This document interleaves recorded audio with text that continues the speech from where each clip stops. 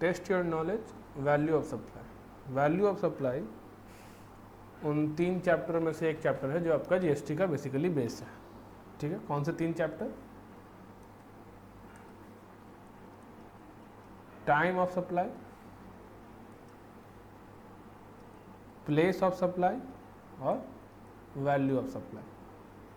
ठीक है, टाइम और प्लेस हमने कर लिया था, वैल्यू हमें करना था। अब इंटरमीडिएट में डायरेक्ट क्वेश्चन आता है वैल्यू ऑफ सप्लाई से, लेकिन जब आप फाइनल में हैं तो आपको डायरेक्ट क्वेश्चन नहीं आएगा। हो सकता है कि आईटीसी के क्वेश्चन का पार्ट हो, डायरेक्ट क्वेश्चन आने की पॉसिबिलिटी कम है, आ सकता है, कम पॉसिबिलिटी डायरेक्ट क्वेश्चन आए इससे। ये या तो किसी बड़े क्वेश्चन का छोटा पार्ट रहता है या फिर एमसीक्यू का पार्ट रहता है। ज़्यादातर केसेस में डायरेक्ट क्वेश्चंस की उम्मीद नहीं है, बट बहुत ज़रूरी चैप्टर है, क्योंकि जब तक आपको ये 3 चैप्टरों पे कमांड नहीं रहेगा तब तक आप ना आईटीसी का क्वेश्चन बना पाइएगा ना पेमेंट ऑफ सप्लाई का, जो कि 14 मार्क्स का 15 मार्क्स का आता है। 14 का पहले 16 का आता था, अब शायद 14 का आता है। 14 मार्क्स का कंपलसरी क्वेश्चन में रहता है। ठीक है, अब जो इसका फर्स्ट क्वेश्चन पूछा, फर्स्ट क्वेश्चन काफ़ी सिंपल था। पूछा क्या टीसीएस वैल्यू ऑफ सप्लाई जो हम निकालते हैं ना कि ये लिस्ट प्राइस हुआ प्लस और माइनस कुछ अमाउंट डिस्काउंट जैसे माइनस हो जाता है। ठीक है, expenses that are liable to be incurred by the supplier but incurred by the recipient. समझ गए? तो इस वैल्यू ऑफ सप्लाई को जब निकालते हैं तो क्या टीसीएस भी ऐड होगा? टीसीएस क्या होता है? सबसे पहला चीज़ टीसीएस क्या होता है? जैसे कि आप कोई कार खरीदने जाइएगा और कार का वैल्यू 10 लाख के ऊपर है, तो कार बेचने वाला आदमी कहता है कि भैया 10 लाख रुपया हो गया कार का, प्लस 1% जो है सर आपका लगेगा टीसीएस, जो कि मैं जमा कर दूंगा और आपके 26 AS या AIS में दिखता है टीसीएस। आप अपना रिफंड ले लीजिएगा, जो करिएगा आपका मर्जी है, वो तो बात की बात है।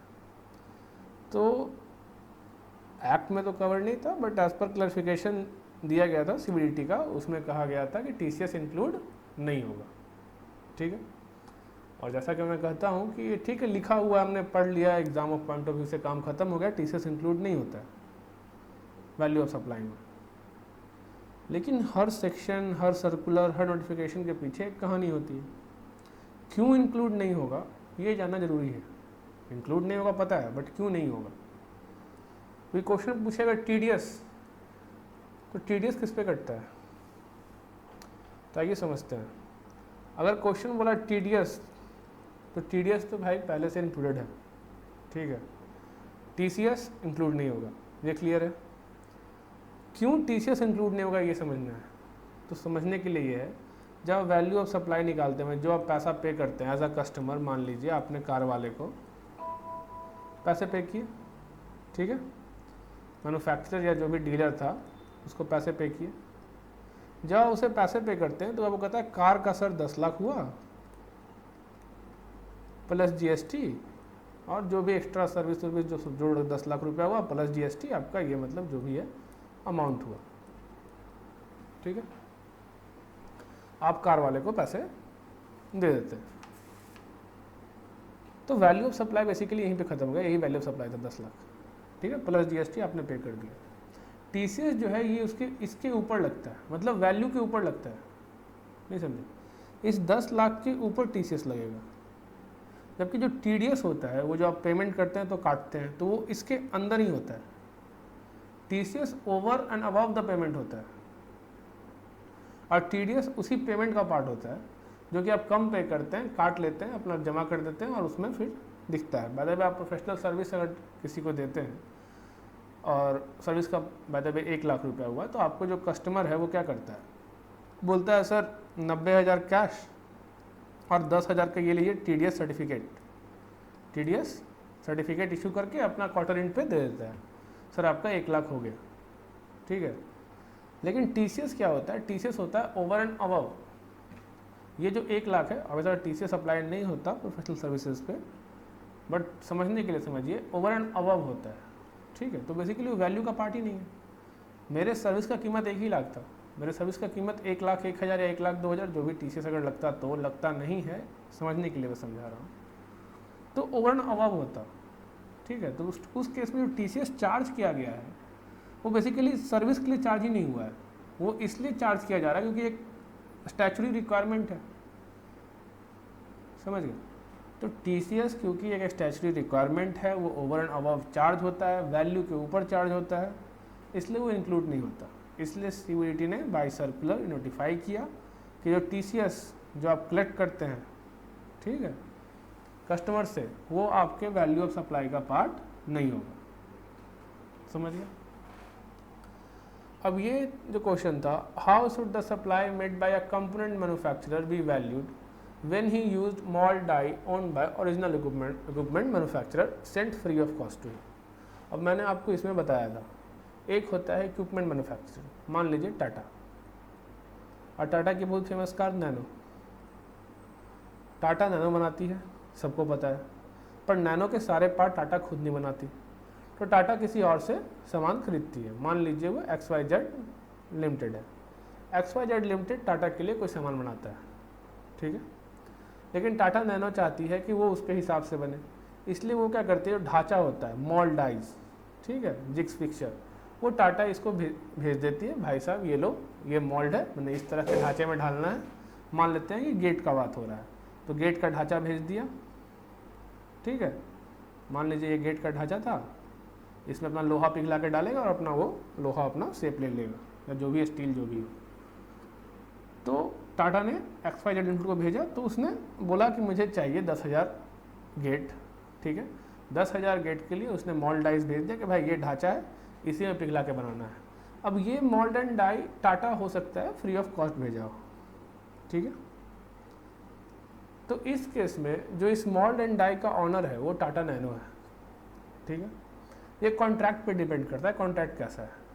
अगर इस मोल्ड एंड डाई को भले इसके पास भेज दिया गया है, लेकिन टाटा नैनो ही उसका लीगल ऑनर है, भले ही फ्री ऑफ कॉस्ट बेचा गया है, ठीक है, उस केस में XYZ लिमिटेड इसका जो भी डिप्रिसिएशन होगा, जो भी अमोर्टाइजेशन होगा, ठीक है, वो अपने कॉस्ट ऑफ मैन्युफैक्चरिंग में इंक्लूड नहीं करेगा, समझ गए।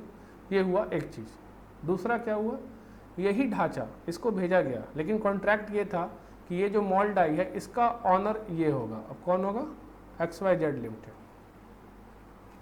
ठीक है, ऑनर कौन होगा, XYZ लिमिटेड। जब ये कहा गया कि आपको मैं इक्विपमेंट भले, लेकिन शर्त क्या था, कॉन्ट्रैक्ट में क्या था कि मैं भेजेगा टाटा नैनो ही, equipment original equipment manufacturer, component manufacturer को भेजेगा टाटा नैनो, ठीक है, बोलेगा फ्री ऑफ कॉस्ट ही भेजूंगा, लेकिन एग्रीमेंट क्या है कि एग्रीमेंट ये है कि वो मोल्ड डाई इसी का होगा, ये उसका स्वामित्व इसके पास होगा। तो जो उस केस में जब ये मालिक हो गया, तो उस केस में जो भी डिप्रिसिएशन अमोर्टाइजेशन है वो इंक्लूड होगा। तो एक केस बेसिकली ऑनरशिप पे है, ऑनरशिप किसके पास रहेगा, कॉन्ट्रैक्ट के हिसाब से, और कॉन्ट्रैक्ट के हिसाब से ऑनरशिप इसी के पास रह जाएगा, तो उस केस में ये इंक्लूड नहीं करेगा कॉस्ट में, ठीक है। लेकिन अगर दोनों केस में फ्री ऑफ कॉस्ट ही भेजा जा रहा है, ध्यान रखिएगा, दूसरे वाले केस में फ्री ऑफ कॉस्ट ही भेजा गया है, ठीक है, लेकिन उस केस में XYZ लिमिटेड के पास स्वामित्व है कॉन्ट्रैक्ट के हिसाब से, वो मोल्ड डाई XYZ लिमिटेड क्या होगा, उस केस में XYZ लिमिटेड मोल्ड डाई का जो भी डिप्रेशन अमोर्टाइजेशन होगा वो इंक्लूड करेगा, समझ गए। तो इंक्लूड करेगा मतलब वैल्यू ऑफ सप्लाई का पार्ट बनेगा, आया समझ में। अब यहाँ पर डिस्काउंट के बारे में बोला है, ठीक है। तो जहाँ तक हम लोग डिस्काउंट के बारे में जानते हैं, डिस्काउंट के बारे में पहला चीज़ है कि प्री सप्लाई डिस्काउंट, मतलब सप्लाई के पहले का डिस्काउंट या सप्लाई के टाइम का डिस्काउंट, तो एज इट सेल्फ इनवॉइस में दिखता रहता है, तो वो डिस्काउंट तो अलाउ है, ठीक है, प्री सप्लाई डिस्काउंट अलाउ है।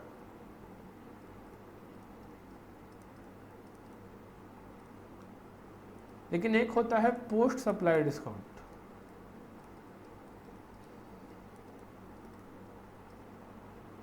पोस्ट सप्लाई डिस्काउंट में दो कंडीशन कहा गया। पहला कंडीशन क्या बोला, फर्स्ट कंडीशन क्या था,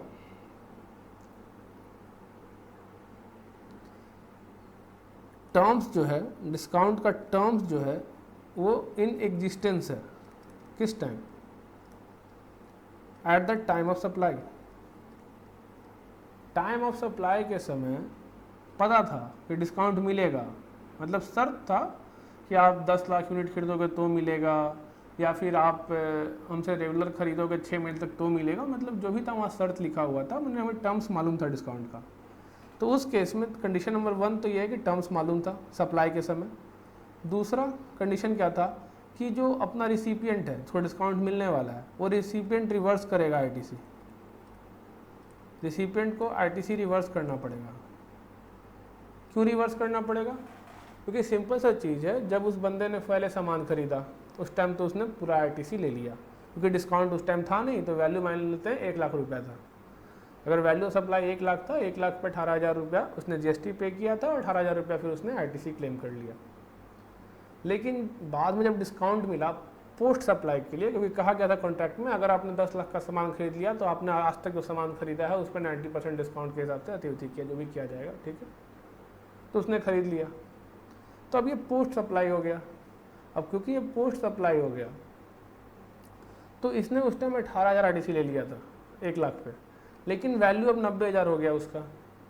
या फिर ऐसा मान लो कि अगर उसने पेमेंट 2 महीने में कर दिया तो उसे पैसा 1 लाख नहीं 90,000 ही पे करना है, ऐसा कंडीशन है, ठीक है। तो वैल्यू जो है वो कम गया, टर्म एग्जिस्टेंस था, उसी दिन एग्जिस्ट कर रहा था टर्म। तो इस केस में 90,000 का तो मेरे ख्याल से 2000 जो भी 2-4 हज़ार रुपये जो भी आता है कैलकुलेशन कर लेना। अब वो आईटीसी तो ले रखा है, पैसे डिस्काउंट कर दिया, उस केस में वो आईटीसी को रिवर्स करेगा, क्योंकि उसने एक्सेस आईटीसी ले रखा है, क्योंकि सामान 10 लाख 1 लाख का नहीं बेचा गया, 90,000 का बेचा गया, अब ये माना गया है। तो इस कारण से दोनों कंडीशन है कि आईटीसी रिवर्स करना पड़ेगा और दूसरा टर्म्स एग्जिस्टेंस में हो। अगर टर्म एग्जिस्टेंस में नहीं था उस टाइम, उसके बाद अगर डिस्काउंट दे दिया गया तो उस केस में कहा जाता है कि आप अपना अकाउंटिंग क्रेडिट नोट इशू करिए, आपको जीएसटी क्रेडिट नोट इशू करने का कोई ज़रूरत नहीं है वैल्यू को कम करने के लिए, ठीक है।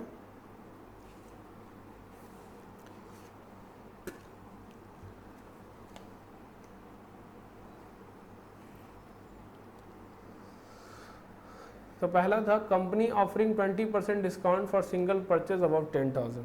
तो ये तो प्री सप्लाई डिस्काउंट है, मतलब आप 10,000 सिंगल परचेज करिएगा तो आपको 20% डिस्काउंट मिलेगा। हाँ,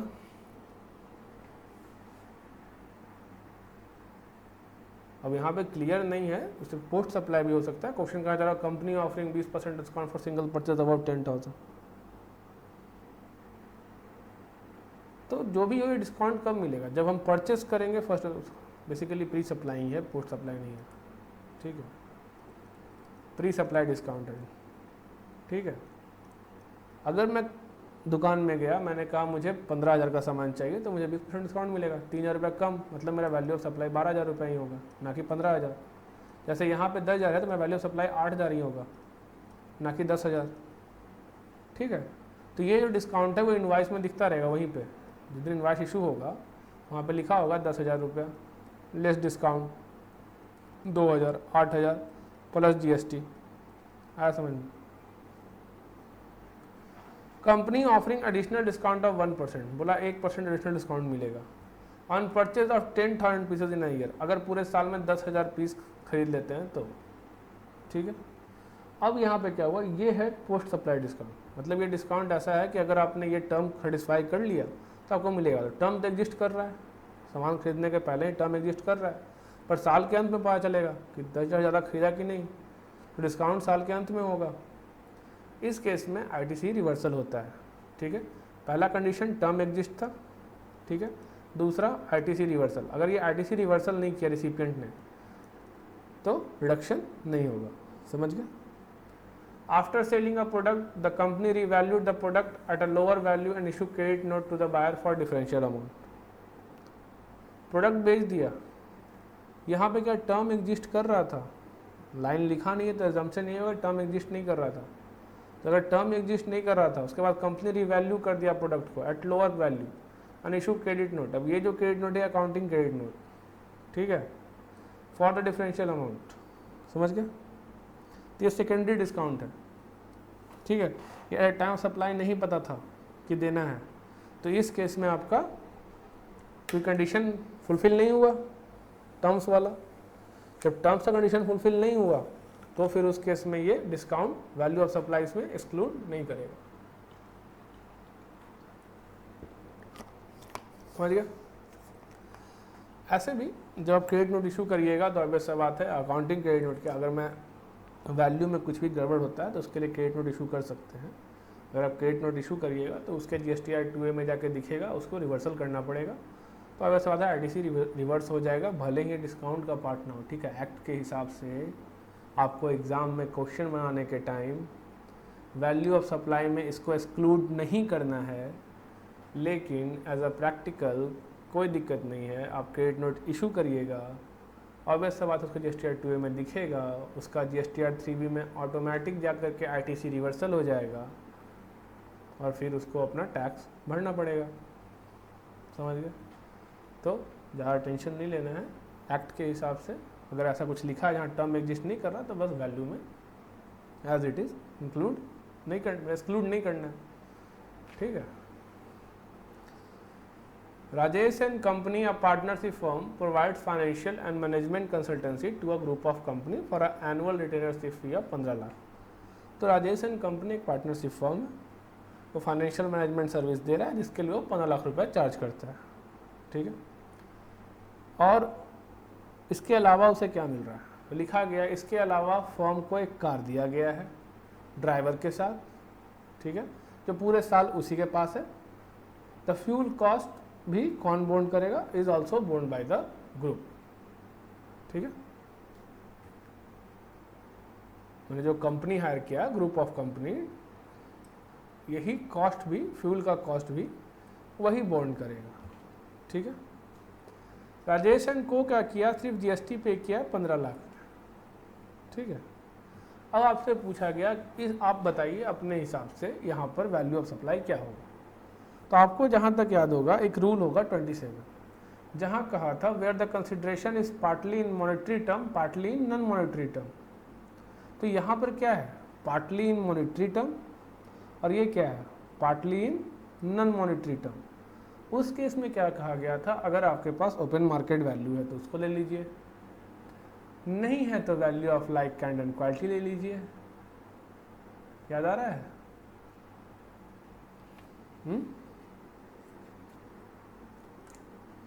एक सीक्वेंस था। सीक्वेंस क्या था? पहले first preference open market value. ठीक है। सेकंड प्रेफरेंस क्या था? अगर ये अवेलेबल नहीं है तो कहा गया था monetary consideration plus money value of non monetary consideration. मैं नॉन मॉनेटरी कंसिडरेशन का मनी वैल्यू जो भी है। ठीक है। थर्ड था value of like kind and quality.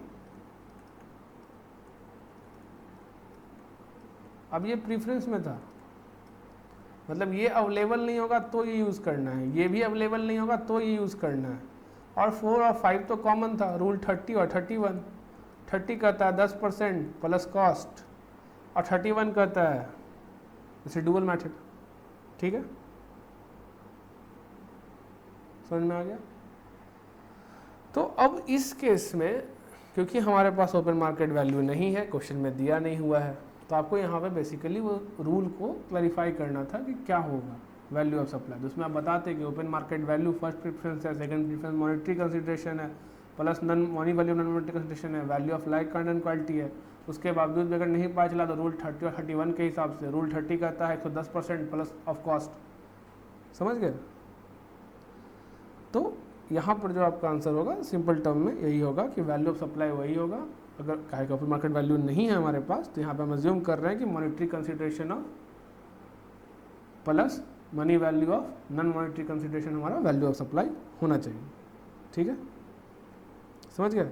इसलिए thus in case of Rajesh and co the value of supply is not just ₹15 lakh, it should include the money value of the car provided to the firm for the purpose by the group। ठीक है, समझ गए? कोई दिक्कत?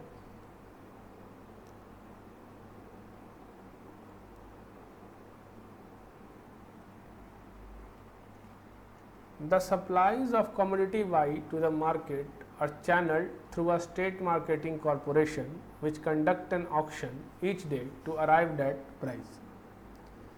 Gupta and Company supply commodity Y through the state marketing corporation. How will the supply of Y made by Gupta and Company to a state marketing corporation be valued for paying tax? अब समझिए, commodity Y जो है, ठीक है, वो market में channel किया जाता है through a state marketing corporation के थ्रू। वो ऑक्शन कराता है और बेचता है, ठीक है। अब यहाँ पे जो स्टेट मार्केटिंग कॉरपोरेशन है ये एज अ एजेंट काम कर रहा है। वो भी कौन सा एजेंट? वो एजेंट जो इनवाइस अपने नाम पे इशू करेगा। तो जब वो एजेंट अपने नाम पे इशू करेगा इनवाइस, तो फिर आपको एक रूल याद होगा, जिस केस में वो एजेंट जो अपने नाम पे इनवाइस इशू करेगा उसके केस में रूल 29 था। रूल 29 क्या बोला था? रूल 29 तो यही कहा था ना, open market value. Open market value, और यहाँ पे प्रीफरेंस नहीं था, यहाँ पे था ओपन मार्केट वैल्यू और जो तुम्हें पसंद हो। ऊपर में 1 2 3 4 सीक्वेंस में ना, सीक्वेंस नहीं है एजेंट के केस में। ओपन मार्केट वैल्यू और 90% of price charge by the recipient to his unrelated customer. कहने का मतलब जो स्टेट मार्केटिंग कॉरपोरेशन, क्यों? क्योंकि जो भी सप्लायर है Gupta and company, Gupta and company का रिसिपिएंट कौन है अभी? State marketing corporation. ये मेरा रिसिपिएंट है। ये रिसिपिएंट जो भी पैसा चार्ज करेगा कमोडिटी वाई को बेचने के टाइम, ठीक है, मिस्टर एक्स से मान लेते हैं, तो मिस्टर एक्स मान लेते हैं 1 लाख रुपए दिया, तो 1 लाख का 90% वैल्यू ऑफ सप्लाई होगा गुप्ता एंड कंपनी के लिए। उस लाइन को सही से पढ़िएगा, तो वहाँ लिखा हुआ है 90% of price charged by recipient to his customers, to his unrelated customers for the supply of like kind and quality. समझ गए? यहाँ पे ये और में है, एक जगह और ये 90% आएगा, वहाँ पे और में नहीं है, ठीक है। वहाँ पे ऑप्शन है कि अगर गुड्स एज सच सप्लाई किया गया डिस्टिंक्ट पर्सन द्वारा या रिलेटेड पर्सन द्वारा, तो आपके पास ऑप्शन है कि 90% of the price charge by the recipient from the unrelated customer for the like kind and quality, ठीक है। तो यहाँ क्योंकि एजेंट का केस था, तो यहाँ मेरे पास ऑप्शन था, तो यहाँ भी आपको फिर वही बताना था कि मेरे पास 2 ऑप्शन है, या तो ओपन मार्केट वैल्यू या फिर 90% of the price charge by the recipient, मैंने by the state marketing corporation from the customer, from the unrelated customer. समझिए?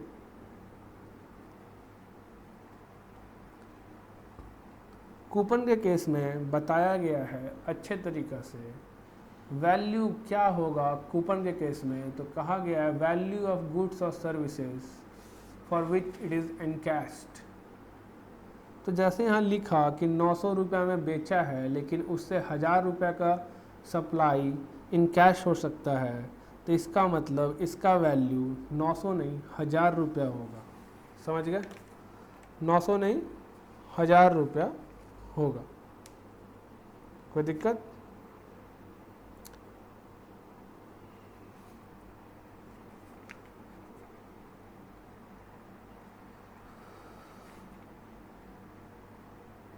A pharmaceutical company supply a drug intermediate to its own unit in another state for conversion into formulation. अब समझिए, एक company है, ये state A में है, उसी का दूसरा एक यूनिट है, ठीक है, वो स्टेट बी में है। तो ये दोनों कौन है? Distinct person. याद आया? डिस्टिंक्ट पर्सन में रूल 28 क्या बोला था? वहाँ भी सीक्वेंस है, पहले ओपन मार्केट वैल्यू, दूसरा लाइक काइंड एंड क्वालिटी, और फिर वही रूल 30-31 110% ऑफ कॉस्ट और दिस एंड दैट, ठीक है। लेकिन वहाँ एक और ऑप्शन था, दो वहाँ पे एक्स्ट्रा चीज़ था। पहला था, अगर फुल आईटीसी के लिए एलिजिबल है recipient, the value declared in invoice will be open market value. Value declared in invoice will be open market value. ठीक है, value declared in invoice will be open market value. दूसरा था if the goods, सिर्फ goods के लिए था, if the goods are supplied as such then 90% of the price charged by the recipient from the unrated customer for like kind and quality shall be the value of supply। मतलब जो intermediate charge करेगा उसके 90%, मेरा recipient, इसका recipient कौन हुआ, इसका intermediate, समझ गए। अब इस क्वेश्चन में देखना है क्या अवेलेबल है डाटा। आगे क्या लिखा, the drug intermediate is exclusive to this company and there is no market sale in India. तो ओपन मार्केट वैल्यू तो मिला नहीं, गुड्स ऑफ लाइक काइंड और क्वालिटी भी नहीं मिला, ठीक है। After conversion the finish product is sold from the state unit itself by the company, company खुद वहाँ से बेचता है। How will the value of supply of this drug intermediate will determine under GST law. तो अब इसमें क्या होगा, इसमें बस वही हमें पूरा फिर लिखना है, इसी चीज़ पर लिखना पड़ेगा, ठीक है, कि ओपन मार्केट वैल्यू होगा, वैल्यू ऑफ दिस होगा, लाइक काइंड एंड क्वालिटी होगा। तो 110% अगर फुल आईटीसी के लिए एलिजिबल है तो वैल्यू डिक्लेयर्ड इन इनवॉइस होगा, ठीक है। तो यही सब बताना था। उसके बाद ऑप्शन है कि एज सच तो है नहीं, other state for conversion into formulation, यहाँ एज सच तो है नहीं, क्योंकि एज सच तो है नहीं तो एज सच वाला सेक्शन यहाँ पे नहीं लिखना है, क्योंकि as there is a conversion, ठीक है, there is a process involve, the goods are not supplied from there as such, ठीक है, तो इसलिए वो वाला प्रोविजन तो अप्लाई होगा नहीं। तो यहाँ पे वैल्यू डिक्लेयर्ड इन इनवॉइस या तो उसको मान लेंगे अगर फुल आईटीसी के लिए एलिजिबल है तो, समझ गया। अब यहाँ से आपका मेन क्वेश्चन स्टार्ट होता है, ठीक है। अब तक तो मोर और लेस थ्योरी ही था, मेन क्वेश्चन यहाँ से। Dushyant rent out a commercial building owned by him to Bharat for the month of December, ठीक है, रेंट पे दिया, for which he charge a rent of 19,50,000। Obvious सा बात है, वैल्यू ऑफ सप्लाई में 19,50,000 होगा। दुष्यंत पे द मेंटेनेंस चार्ज ऑफ ₹1,00,000। अब दुष्यंत रेंट किया था दूसरे को, ठीक है, भरत को, तो यहाँ भरत रिसिपिएंट है और दुष्यंत सप्लायर है, ठीक है। दुष्यंत मैंने सप्लायर पे किया मेंटेनेंस चार्ज 1,00,000, ठीक है, for December month as charge by the local society. These charges have been reimbursed by Bharat, recipient उसको ये चार्ज रिम्बर्स करता है। इस केस में दुष्यंत जो है वो प्योर एजेंट तो है नहीं, मैंने ऑथराइज तो किया है दुष्यंत को कि मेरे बिहाफ पे तुम पे करो, दुष्यंत ही पे करता है उसको, दुष्यंत का ही लायबिलिटी है वो पे करना, आया समझ में, वो लायबिलिटी दुष्यंत का ही पे करना, ठीक है। तो दुष्यंत पे करता है क्योंकि घर उसका है, तो जो भी लोकल सोसाइटी उसी से पैसा वसूलेगी, तो दुष्यंत पे करता है, पर मैं दुष्यंत को रिम्बर्स करता हूँ। तो यहाँ पे प्योर एजेंट वाला दिमाग मत लगा देना, ठीक है, ये प्योर एजेंट में भी रिम्बर्समेंट का ही चीज़ है, लेकिन वहाँ पे रिसिपिएंट ऑथराइज करता है सप्लायर को कि तुम मेरे बिहाफ पे पेमेंट करो, वहाँ पे लायबिलिटी रिसिपिएंट का ही होता है, ठीक है। यहाँ पे लायबिलिटी रिसिपिएंट का नहीं, दुष्यंत का लायबिलिटी था, पर उस लायबिलिटी को रिम्बर्स रिसिपिएंट कर रहा है। तो इस केस में हम प्योर एजेंट वाला सेक्शन नहीं लगाएंगे, और ये जो 1,00,000 है वो भी वैल्यू ऑफ सप्लाई का ही पार्ट बनेगा। मैंने इस तरह से अपने रेंट एग्रीमेंट को ड्रॉ किया ताकि मुझे 1950 पे ही जीएसटी पे करना पड़े, 1,00,000 पे ना पे करना पड़े, जबकि 1,00,000 इंक्लूड होगा। क्यों, समझ गए क्यों इंक्लूड होगा, समझ गया।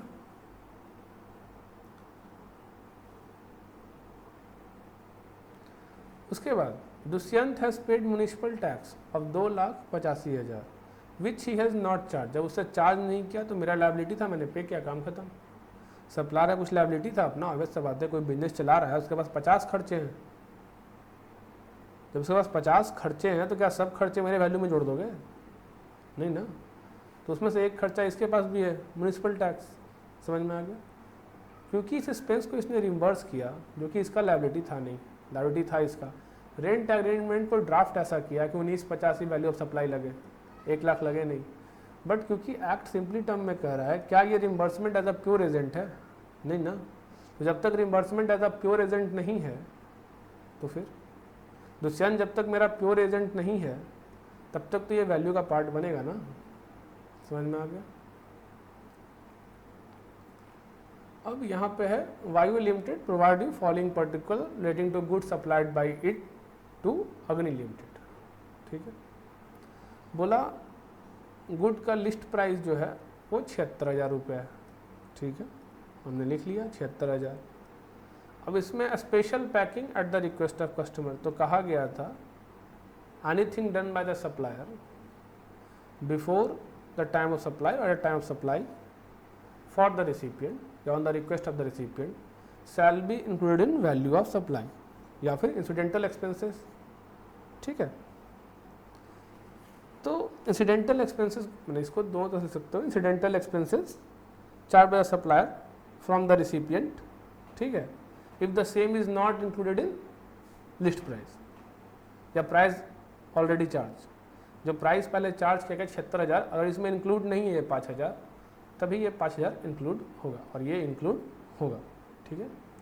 Duty levied by local authority on the sale of such good, अब हमें बताया गया है except CGST, SGST, IGST, UTGST, cess of GST cess, और कोई भी अगर टैक्स या चार्जेस हैं, अब कस्टम ड्यूटी हो चाहे कोई भी और चार्जेस हो, वो इंक्लूड होगा TCS को छोड़ के, ठीक है, TCS को छोड़ के, सिर्फ और सिर्फ TCS को छोड़ के, TCS को छोड़ के अगर और भी कोई भी टैक्स चार्ज हुआ GST के अलावा तो वो इंक्लूड होगा, समझ गए।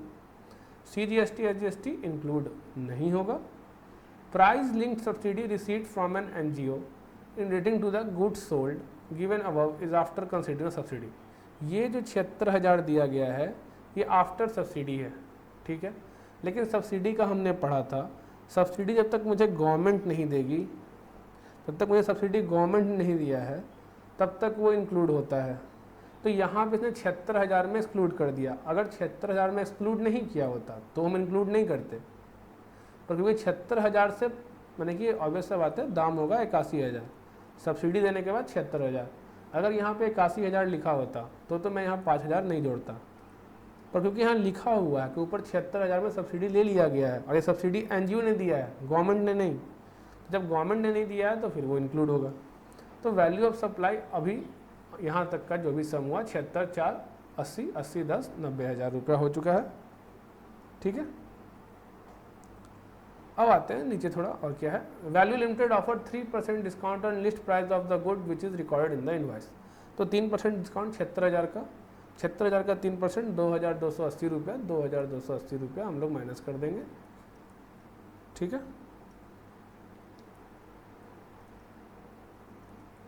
₹87,720 वैल्यू ऑफ सप्लाई, मैंने वैल्यू ऑफ टैक्सेबल सप्लाई, समझ में आ गया, डिस्काउंट लेस करने के बाद। काफ़ी इजी रहता है, उतना कुछ हार्ड नहीं होता क्वेश्चन इसका, ठीक है।